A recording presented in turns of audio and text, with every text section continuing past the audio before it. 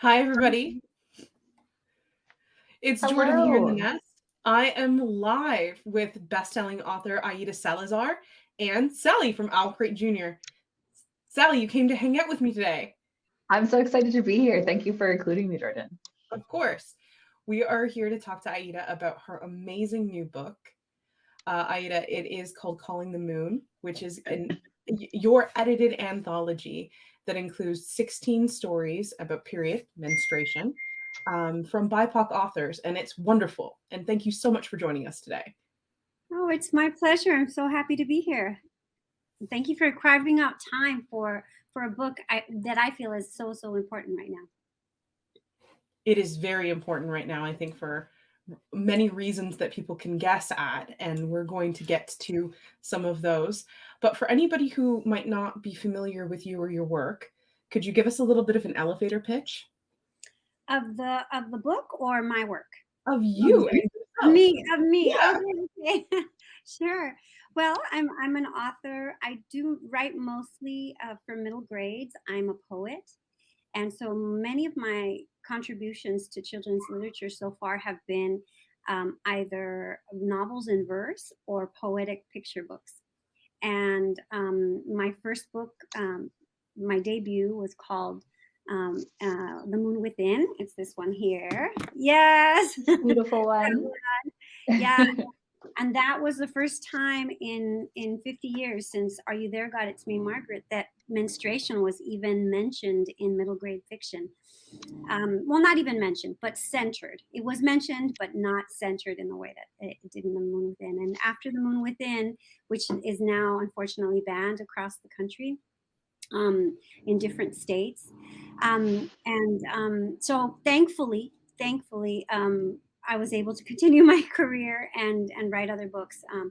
Land of the Cranes, which is about immigration, and A Seat in the Sun, which is about the farm worker strike. It's a historical fiction. So yeah, and I'm also a translator. I translate from Spanish to English and English to Spanish, picture books and middle grade novels. So I'm doing my best to do all that I can to contribute as positively to children's literature through a social justice lens.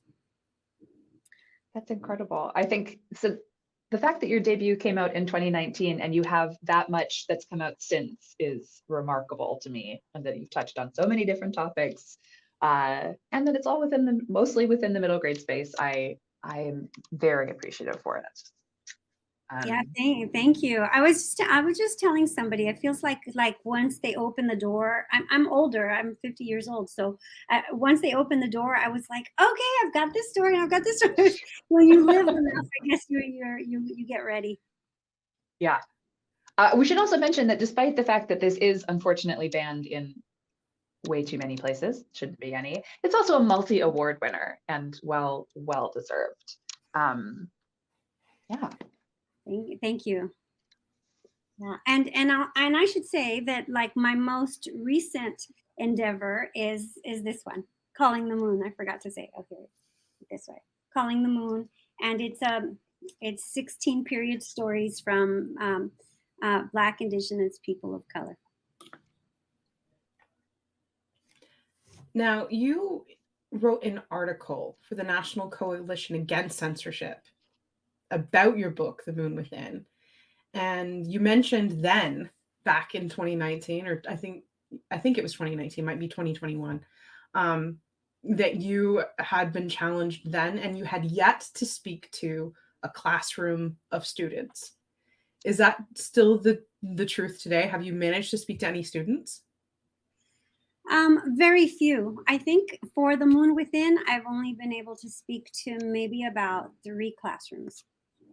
That's it. 3 classrooms. Mm-hmm, yeah, and one of them was really interesting. It was so awesome. This just brave 7th grade teacher read. He was a health teacher, and he read the book to the kids, and then they created these puberty kits for other people. So somebody else in their grade that was going through puberty, so they just put together these like comforting kits, and it was the best project. And I'm like, there's so much richness to gain in terms of, in the classroom. People are too scared. There's a lot there.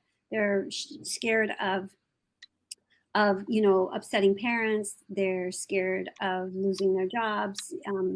But in that article that you mentioned, I did ask librarians and teachers to be brave for the students, because these are the kinds of stories that hopefully will transform their lives, that will hopefully create safety, sanctuary, and transformation within children. In what better and more safe of an environment than inside a book, right? Absolutely. I had a different follow-up and structure to this particular question, because I didn't think that we would come out so strongly talking about the book banning issues and the barriers that are facing books and authors right now. Do you feel like the environment has changed even now significantly from 2019? Yes, absolutely. I have to ask you, can you hear there's construction happening in the building? Can you hear that? Very little. You're totally Barely. fine. Okay. I'm so sorry about that. So there's this construction happening. Yes, of course, it's gotten so much worse. So, you know, I struggle with it. And calling the moon is a response to to the silence that we've seen in, like I mentioned, in middle grade fiction. But now the fear is greater that this one will also get banned, and across the country there are actual bills. Before, they were silent censors, or they were censored one, or like maybe in a classroom, or maybe even a school district would censor one or two books. In Arizona, of course, there were a bunch of banned books because of Chicano studies. But now it feels very, very punitive. It feels very direct, and targeted at people who are from marginalized identities. And so that feels a little bit, not a little bit, it feels a lot like an attack, right, overall. And I wish it wasn't the case, but it is.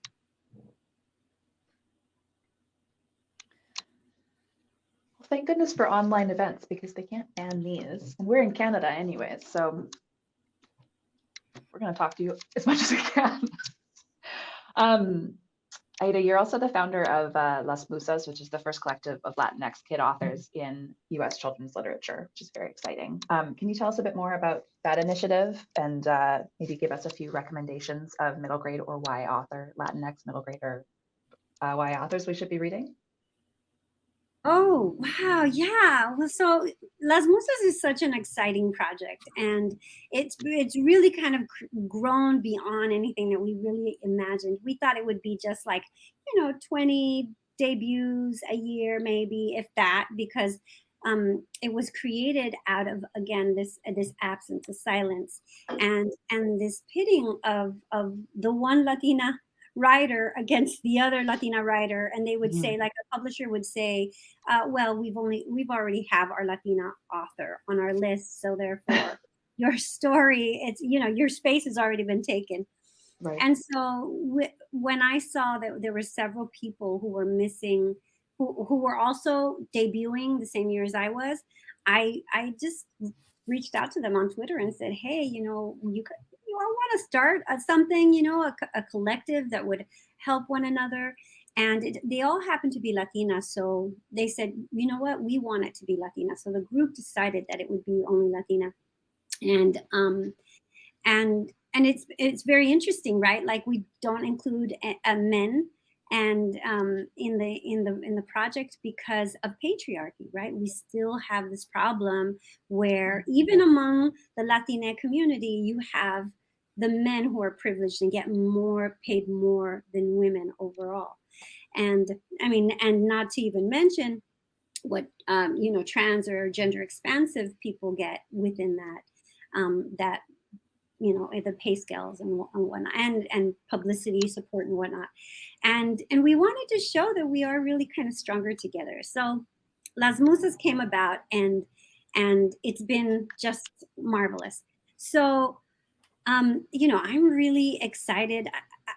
I particularly love all of the authors that I came in with, so like if you start in 2019, 2020, the work of Donna Barbara Higuera, who won the Newbery, the work in middle grade, the work of let's see, Nonieka Ramos. Also, she wrote this beautiful picture book called Yo Mama, totally flipped around the thing. And I think it was a Kirkus finalist, award finalist.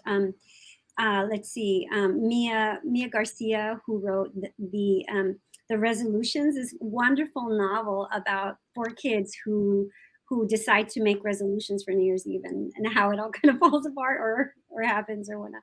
So I mean, there's just the richness of creativity and inside Las Musas is just so profound. So you can't miss. You know what I mean? You really can't miss, from picture books to chapter books to middle grade to young adult, and some people even write for adults. So it's really wonderful. I would take a look at Ari Tyson, whose book just released this week, and she wrote House of the Saints, I think.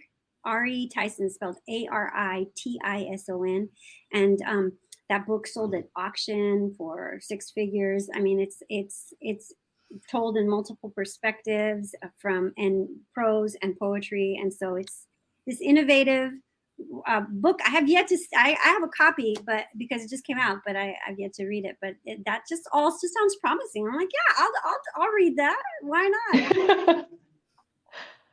That's so great. Can I ask what I did not do well in Spanish in school? What does Las Musas mean? Oh, Las Musas means the muses, the female muses. Oh, wonderful. Muses. Thank you. Yeah, that's what it means. And yeah, it was one of the ideas that I came up with, like 5 or 6 topics, and we do everything by collective, but the idea to start it was mine, but nothing could have happened without the collective, right? Because we all did everything. And I think that women, we do that. We do that kind of like, what do you call it? Not homesteading, farm raising or whatever, like, do you know what that practice is, where everybody barn building, barn raising or something like that, right? Like where we see a project and we build each other in each other's space or their home or their, career when it's their time. And the idea is that all of us kind of gather around and do that. So it's been beautiful, and we all get called by the muse, right? So that's why we came that's there. so wonderful. Thank you. It's such a lovely analogy too, also for the book community as a whole. Stronger together. Maybe we should have book raisings instead of book bannings. Yeah. Not barn burnings, barn raisings. Yeah, that is a really good idea. I love right? that, Jordan. We pick one book, and that the entire book community comes and says, like, yeah, we're gonna fight back with love. Absolutely. So that's good. I like that. Sally, you have an excellent question under number 1 there. Oh, I do. Thank you, Jordan. So getting more specific to the book that was just released this week, what inspired you to reach out to the contributing authors for Calling the Moon, which is an anthology of stories, as we said? Was this something that you always wanted to be a collaborative effort, or did it evolve from like the reception that you received from your first book, which has similar subject matter? Yes. You know what? Can you hold up the Calling the Moon before I answer that? Of course. I mean, the moon within. Oh, wow, it's beautiful. Okay, I just didn't. I hadn't seen a shiny like that. That's really cool. I think this is just, it's the I got this one from the library, so it's got their special covering over it. But yes, it's got a lovely sheen to it. Yeah. Okay. Yeah, it really makes the gold in the lettering pop. Yeah, I've never seen it like that before. Yeah, so exactly that. So when I first sold The Moon Within, it was already sold, and Scholastic one of the things that they do is they try and find comparable titles as they're developing their marketing strategy for the book. Right. And there are librarians who work for Scholastic, and they could not find any comparable titles. And so I was like, I had met Jamila Saeed Mendez at Via Las Musas and probably a little bit prior, because she is also one of the founding members of Las Musas. So we had met there, and I had known that she had written her master's degree on the absence of puberty in middle grade fiction. And so I reached out to her. I was like, hey, the librarians at Scholastic said that there are no comparable titles. And she says there aren't. There's nothing out there. And she's like, there is this one anthology called Period Stories, I think, but they're not, but they're nonfiction. And so that's the only narrative that exists out there. Right. But there was nothing in fiction. And I was like, oh man. So the enormity of that just kind of like hit me. At first I was like, wow, that's kind of special. But then I was like, what?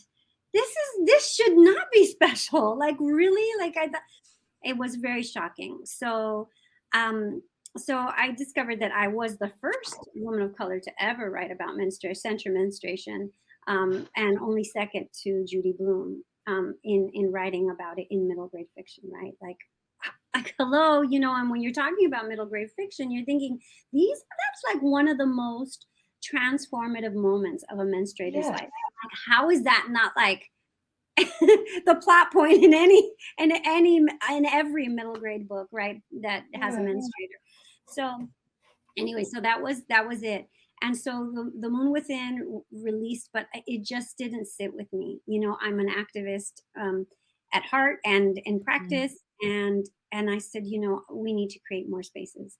And the white feminist movement has done an incredible job, a beautiful job in providing nonfiction, so much nonfiction all over the place about your body, about all the changes, funny and sad and whatever, all these different kinds of variations of nonfiction, but this was sorely lacking. So so because I was the first woman of color, I was like, you know what, I think that we need to create spaces for people of color, Black, Indigenous people of color to write. And so in Calling the Moon, we have literally, they're all groundbreaking. The first, not all of them, but pretty much all of them, they're all representations of their communities. The first, Asian American to write about menstruation, the first gender expansive person to write about menstruation, the first, African American, and it goes like that all across the board. So you have these first voices that are reaching you in this collection, and it's just marvelous because they're not just voices; they're really awesome authors. So it's such a joy. It was such a joy to edit this anthology. Just speaking of the authors that are involved, my brain, I'm just constantly, I'm never going to catch up, I'm constantly building my TBR list, but it was so great I don't think I was familiar with over half of these authors. And now I'm like, okay, well, now I get to read all of this other stuff. So it's a very expansive book. Did you face any unique challenges or barriers that you weren't expecting when you were editing the anthology? Anything that may have come up? Yeah, it was the anthology. We wanted to make sure as much as we could was to represent a diversity of BIPOC people as much as we could, even though I know that it's impossible to get into 16 stories at all the representation that we wanted to represent. So that was hard, just narrowing it down. And because I was a new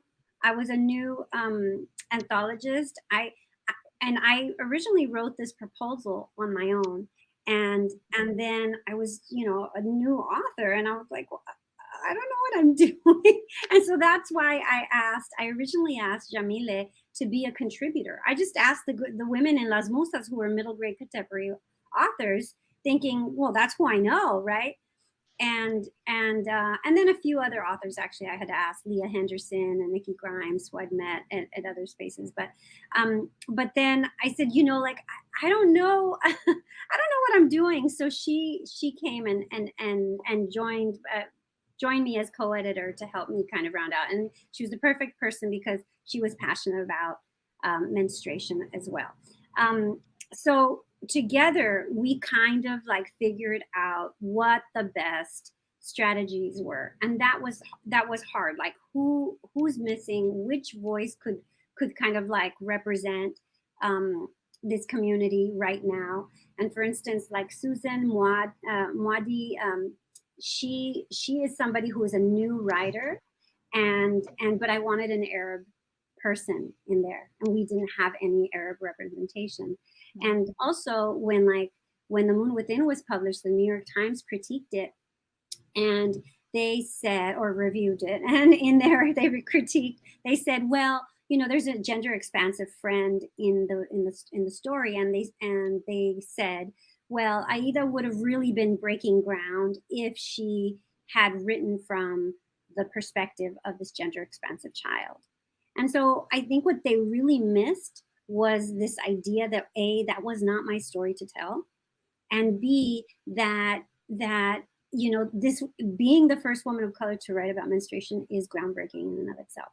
And to break a silence after 50 years is groundbreaking. So I think, they missed the mark there. But so I wanted to make sure that we had somebody who was two-spirit or gender expansive that could speak and was not afraid or cared to talk about their menstruation, even though they had transitioned or their gender was not, what they were assigned at birth.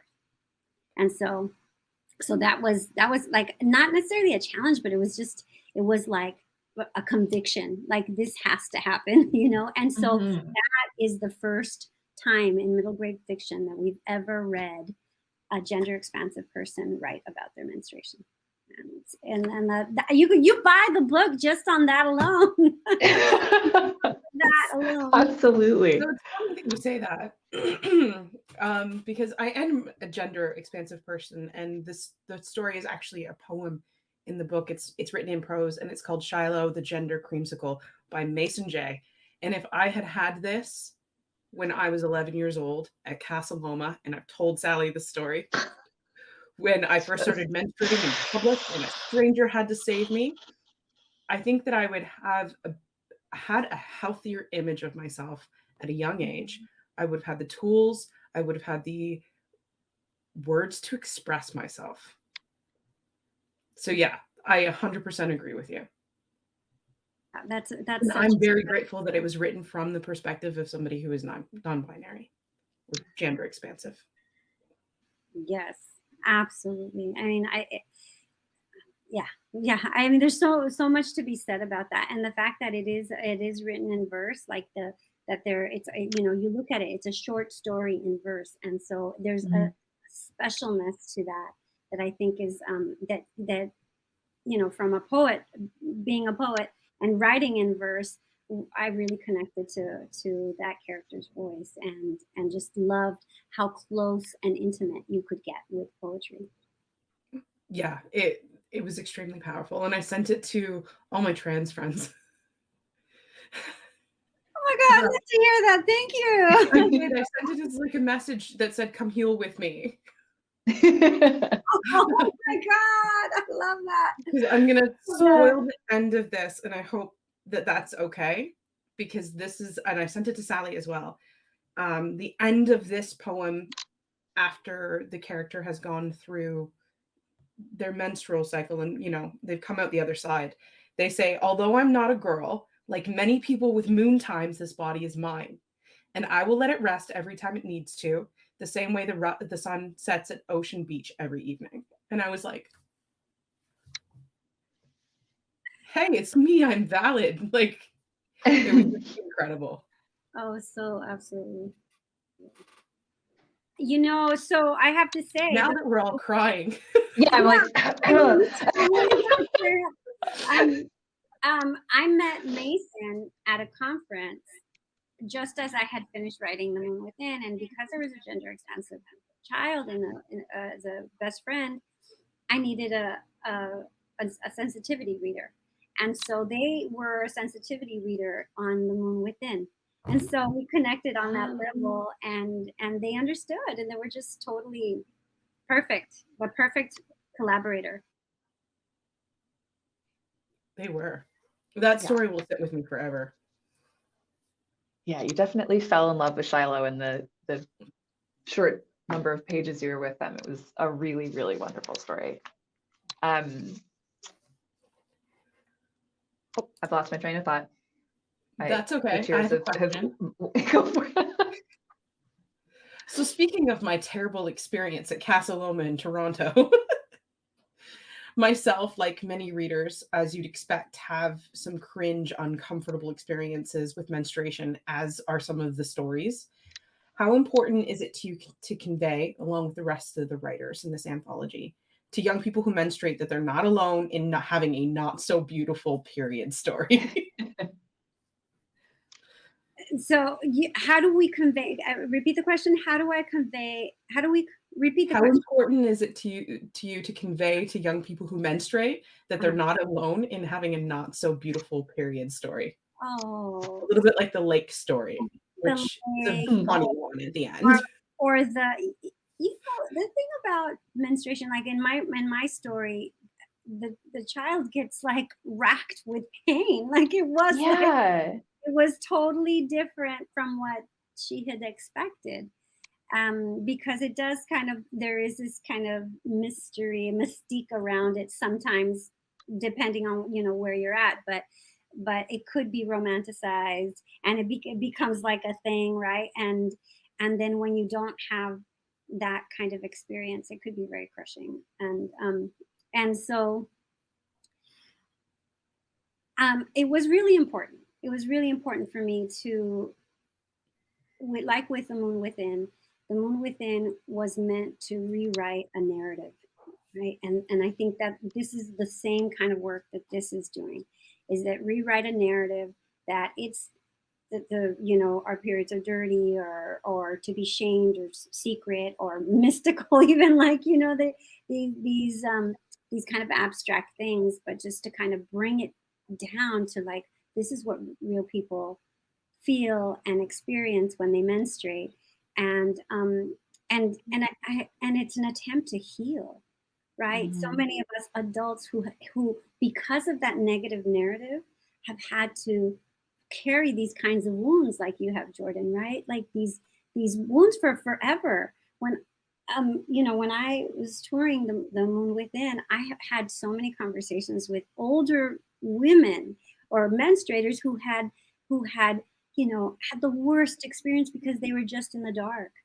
They thought they were dying because they didn't know why they were bleeding, so they went and hid, or I mean, so many, or they got slapped. In India, there's this certain tradition where if you get your period, they slap you in the face.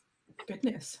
Yeah, I mean, so these were all like stories that I heard as this was as the books that Moon Within came out, and I was like, wow, there's so much healing to be done here, because unlike nonfiction, when we see ourselves reflected in story, when we see, can feel like you felt with Shiloh, right? Like that is an attempt to heal, right? Like whatever wound that we might be carrying, and in this case, it's that wound of menstruation. Unfortunately, if it was normalized, if it was accepted, if it was celebrated, if we could have kept our traditional, like, matriarchal medicines from across the globe, right? That, like, showed us how to, because it wasn't that cramps didn't exist, but we had medicines, we had herbal medicines that were, and practices in our bodies, and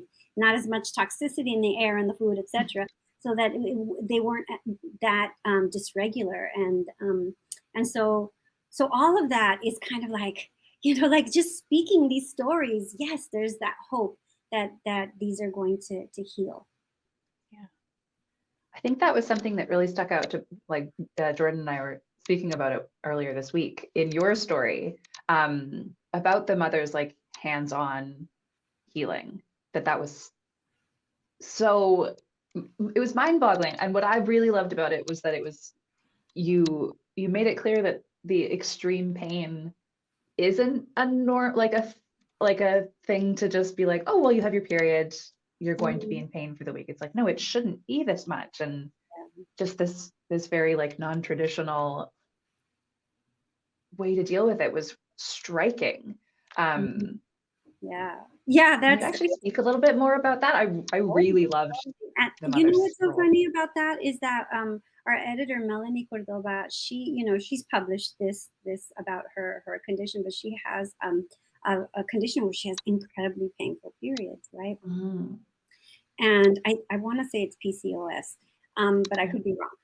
But and so there was a little bit of tension there, because from my tradition that's how we dealt with it, but from other traditions, the medical way is like you're stuck with this condition and this pain. But I think that if we peel back some layers, and that in her traditions there would be also some there would be that medicine as well. And so there was a little bit of tension, like, I don't know, we don't want to mislead readers to believe that, oh, just a little bit of massage will do. And I would say, and I told her, well, in my traditions that's exactly what happens, right? Like it's called womb massage, or and it's indigenous, right? And so and I wanted, but that's part of rewriting the narrative, right? This very Western, puritanical, Western medicine kind of narrative that says, oh, you're to have bad periods and we'll put you on the pill and that's it, right? Yeah. So I wanted to just kind of like make sure that was represented, and that we all have different journeys to take in uncovering what's going to make us well and what's going to heal us, and that if we just kind of look 1 or 2 generations behind us, it's right there. Yeah. Is there a particular poem or story written from another author in the anthology that especially resonated with you when you were first reading them all?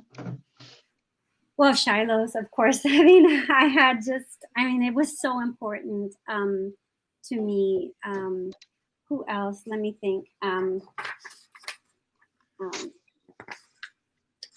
Let's see.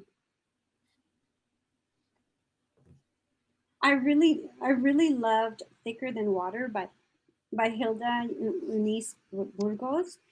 And in that story, the young character, she develops fast, like more so than her older sister, who hasn't gotten her period, and she's gotten her period, and she's got equipment that she's told to hide because to be a good girl, and it just spoke so purely about the shame and the disconnect that happens, not the disconnect, but the jarring experience of like all of a sudden getting boobs or menstruating and then feeling like a child still, like, and not knowing why older people are making comments about your body all of a sudden, or why your body is doing things that it never did before, right? So I felt like that story, it was really, it really sat with me, and I was like, yeah, that's exactly the kind of thing that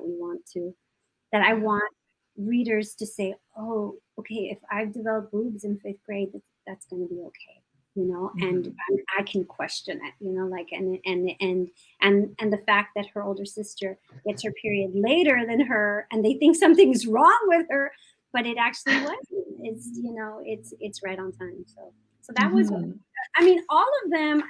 I mean, with Christina Suntervat, I mean, I laugh so much because she's just hilarious. And then I would say that Evie Zaboy's also was beautiful, and I felt like hers is called Bloodline, and it's about traditions. And I think that story is very much in conversation with The Moon Within, because it's about this familial passing down of ceremony, of belonging to tradition that celebrates your coming of age. So your rite of passage. So I really connected with that story. But all of them are awesome. I don't know. All of them, of course. It's like picking. It's Yeah. an unfair question, but thank you for joining in. I didn't expect the anthology to impact me as emotionally, but as Sally will let you know, I never expect middle grade 2, and then it wrecked me. Gets you every time. Yes, every time. Kathy says, Kathy, your friend Sally, or Crystal's friend. This sounds like an amazing and important collection. It is. You should have it on your TBR. Yes. Now, in addition to your books, you have founded an initiative called Latina Luna about menstruation awareness and period justice for the community. Can you tell us a little bit more about it and how readers can be more involved in period justice? Well, there are so many organizations across the country, and we actually, at the end of the book, there's a resource page, which we wanted to also be in conversation with the work that people are doing for menstrual equity across the country, and across the globe, really, because there's people from the Philippines, I believe, and just the different ways that you can enter and be part of speaking up and for menstrual equity. So Latinx Luna was created after The Moon Within was published, out of this kind of need to really to teach community, to destigmatize, because many Latina communities that are rooted in Catholicism, or some mostly Catholicism, but values that are that came with the conquest, have made it so that we have forgotten this medicine that I was talking about, and this knowledge, this self-knowledge, this communion with the earth and the moon and all of the different elements that make us who we are. And so that initiative is a way to kind of like fight back against all of that, and be very specific about like how shameful the amount of shame that comes from our communities across the board, because it's tied so closely to Catholicism, and the very nature of it becomes very guilt ridden and shameful. And so yeah, that's the work. But once you get the book, you can go and find as many resources. It's really awesome to see all of the different resources we pulled together for that. Everything from nonfiction books to books, documentaries, websites, etc. So there's a lot.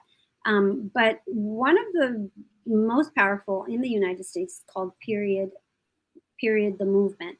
Look them up. They've got chapters all across the country. And they're doing fantastic work. It was founded by a woman of color.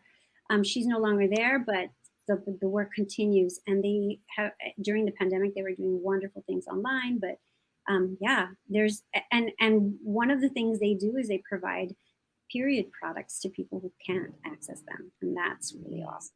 And you can start your own chapter and do the work. Amazing. That's amazing.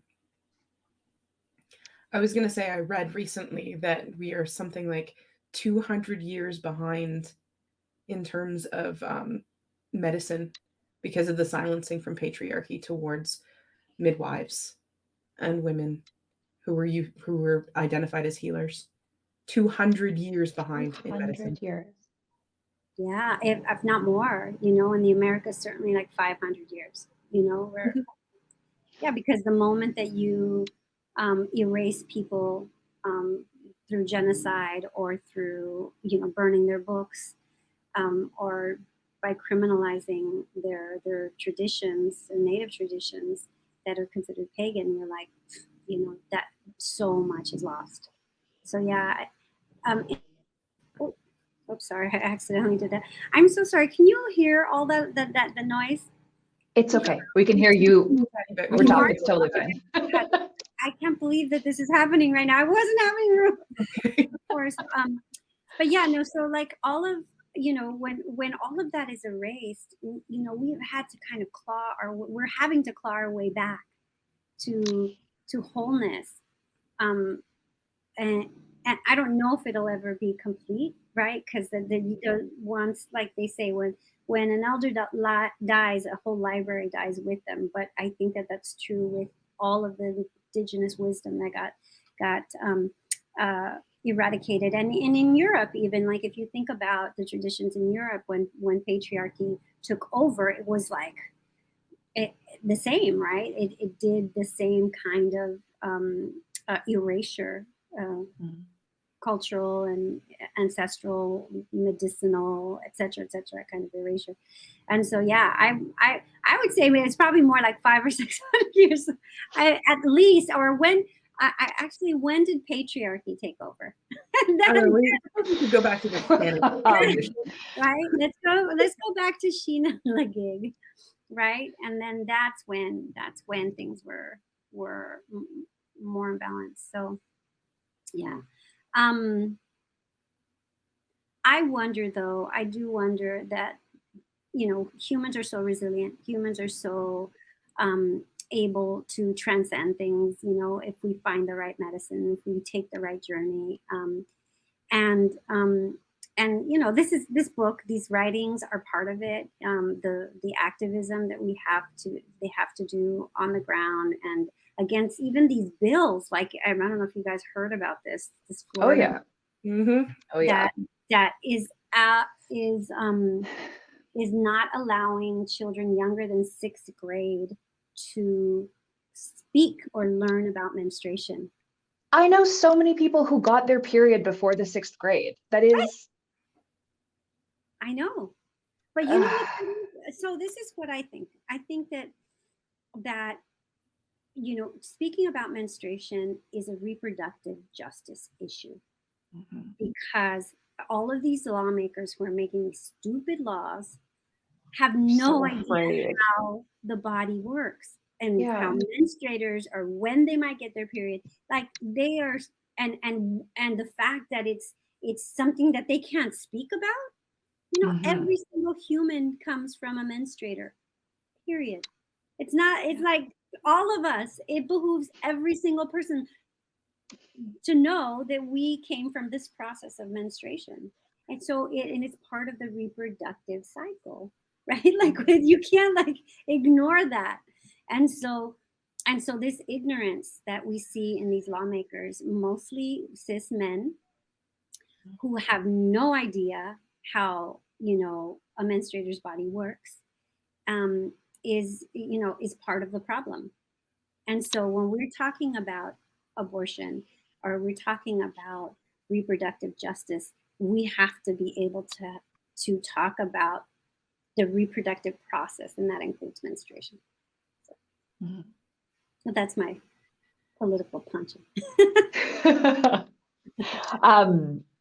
Well, sort of along the same lines, I'm sure it's tied into the answer to this, but what do you hope that educators and readers, both adults and kids, take away from reading this book?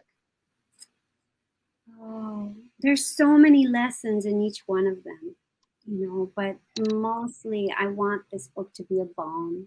I want this book to be a coming home, a Band-Aid, and a balm, and the Band-Aid, and the hot cup of chocolate, right? Like I want it to be all of this, a blanket. Like I want it to be all the things that we need to regain our wholeness, to come back to a relationship with our menstruations that is not shamed, that is not dirty, that is empowered and beautiful, even if it hurts, even if it hurts, and that we're not alone, absolutely, at all.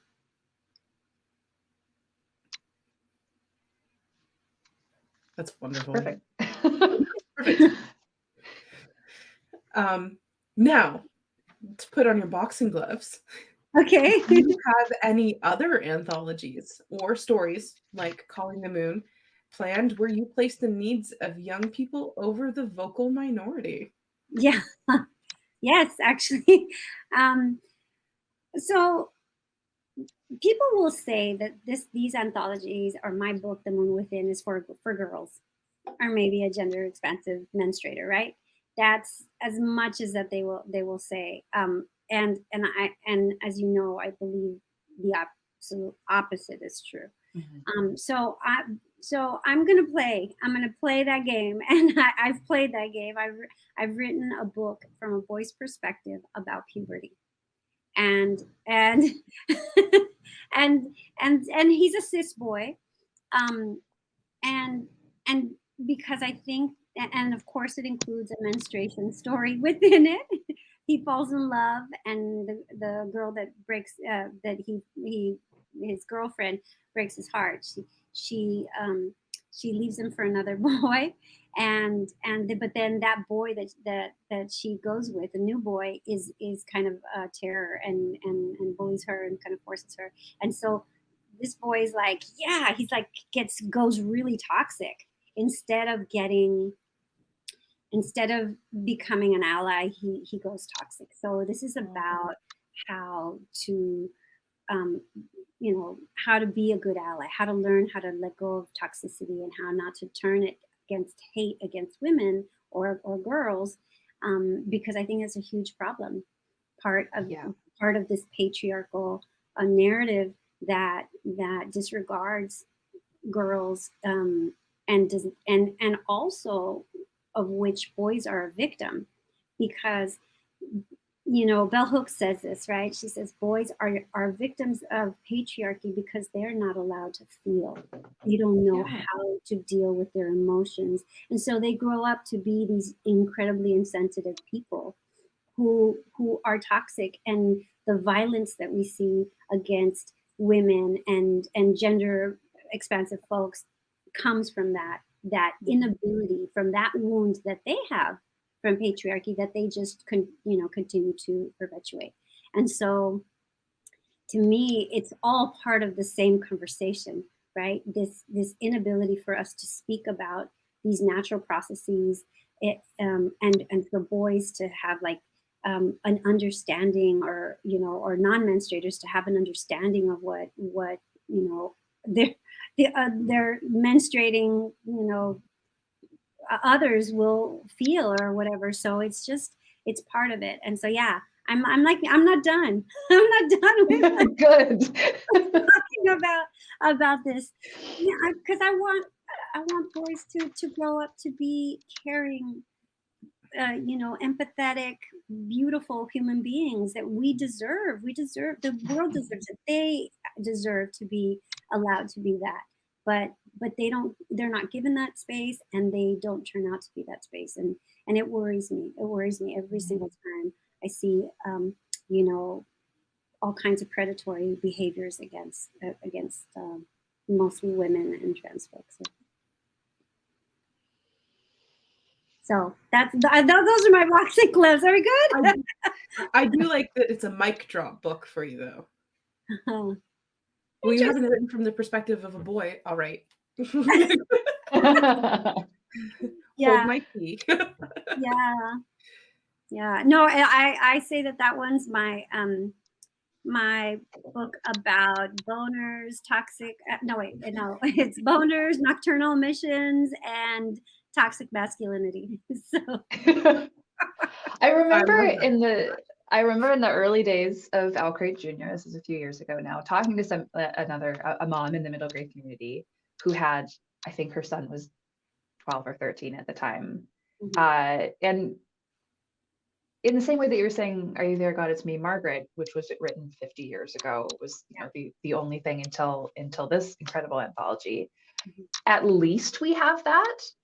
When she was looking for books about the subject for her boy, there was nothing. Like well, how actually, have we done Judy, such a terrible job with this? yeah. Well, I mean, two reasons, and I have to say that Judy Blume also wrote a book called "Then Again, Maybe I Won't," from a boy's perspective about puberty. Okay. So Judy Blume, Okay. yeah, yeah, I didn't know that. and but I mean, there's reasons why we've done such a terrible job. I think that we're in survival mode.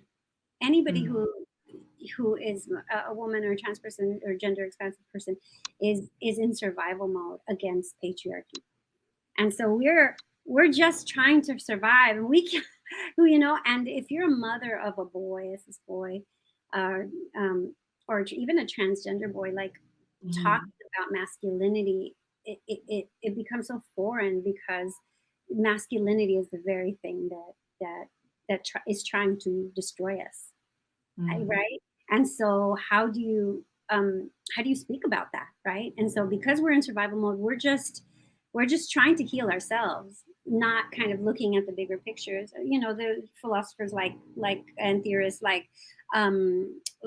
Bell Hooks did a beautiful job at writing. I think, oh God, I'm forgetting the title of the book, but there's books that she just talks about that problem of patriarchy and what it has done to us, and how we have failed our boys.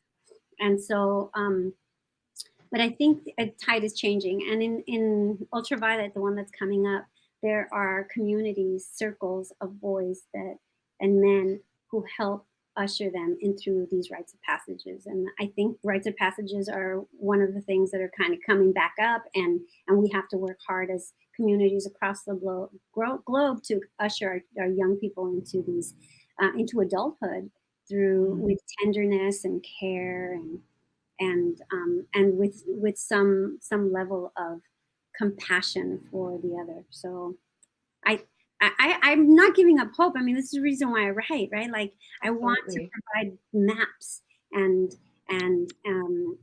avenues for people to go, like, oh, this is what we can do to heal. And not so that they could, it doesn't have to be prescriptive, but it could be a touchstone for them to do their own kind of healing.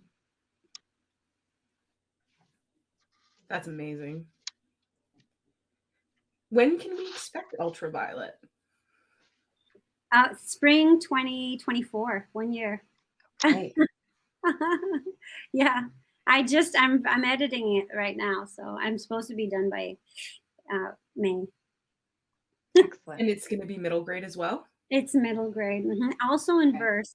In Yeah. verse? In verse, yeah. Right. Yeah, it's in verse. It's just within the last 6 months that I have discovered books in verse, and I'm so all in on them now. When they're done incredible. Well. Yeah, when they're done well, it's so good. I mean, they are becoming more popular, but and I'll just be a little bit critical here and just encouraging, if there are any other writers out there who are trying to write in verse, remember this rule, that you cannot write prose, like long sentences, break the line, and think that you've written verse.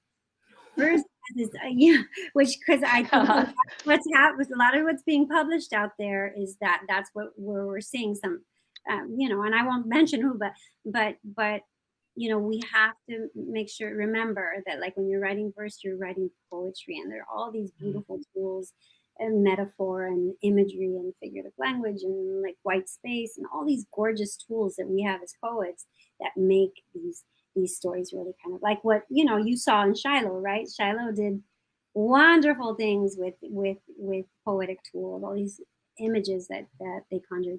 So yeah. So I just to it's a plea, please work on your poetry. Make sure it's got some metaphors. Make sure you're not just writing straight prose and making it economical. Yeah. Hey, Aida, Cheryl from Team OwlCrate asks, any favorite verse recommendations? Any what verse? Mm-hmm. Oh yeah. Let's see. Well, I'll tell you, in the adult world, there's this beautiful novel in verse. It's the first one that I ever read, called Autobiography of Red by Anne Carson. It's gorgeous. it's such a gorgeous, masterful work. Autobiography of Red by Anne Carson. And then one of the first verse novels that I really enjoyed was Andrea Davis Pinkney's The Red Pencil for middle grade. I would also recommend Jason Reynolds' Long Way Down, which is gorgeous, yeah. And then Juan Felipe Herrera, who was a U.S. Poet Laureate for like 4 years or 3 years or something like that. He wrote the first, I think, verse novels that from the Latinx community, and one of my favorite is called Boom Crash Love, and it's just a beautiful, beautiful work. Under the Mesquite by Guadalupe Garcia McCall is one of my all-time favorite books. That's young adult.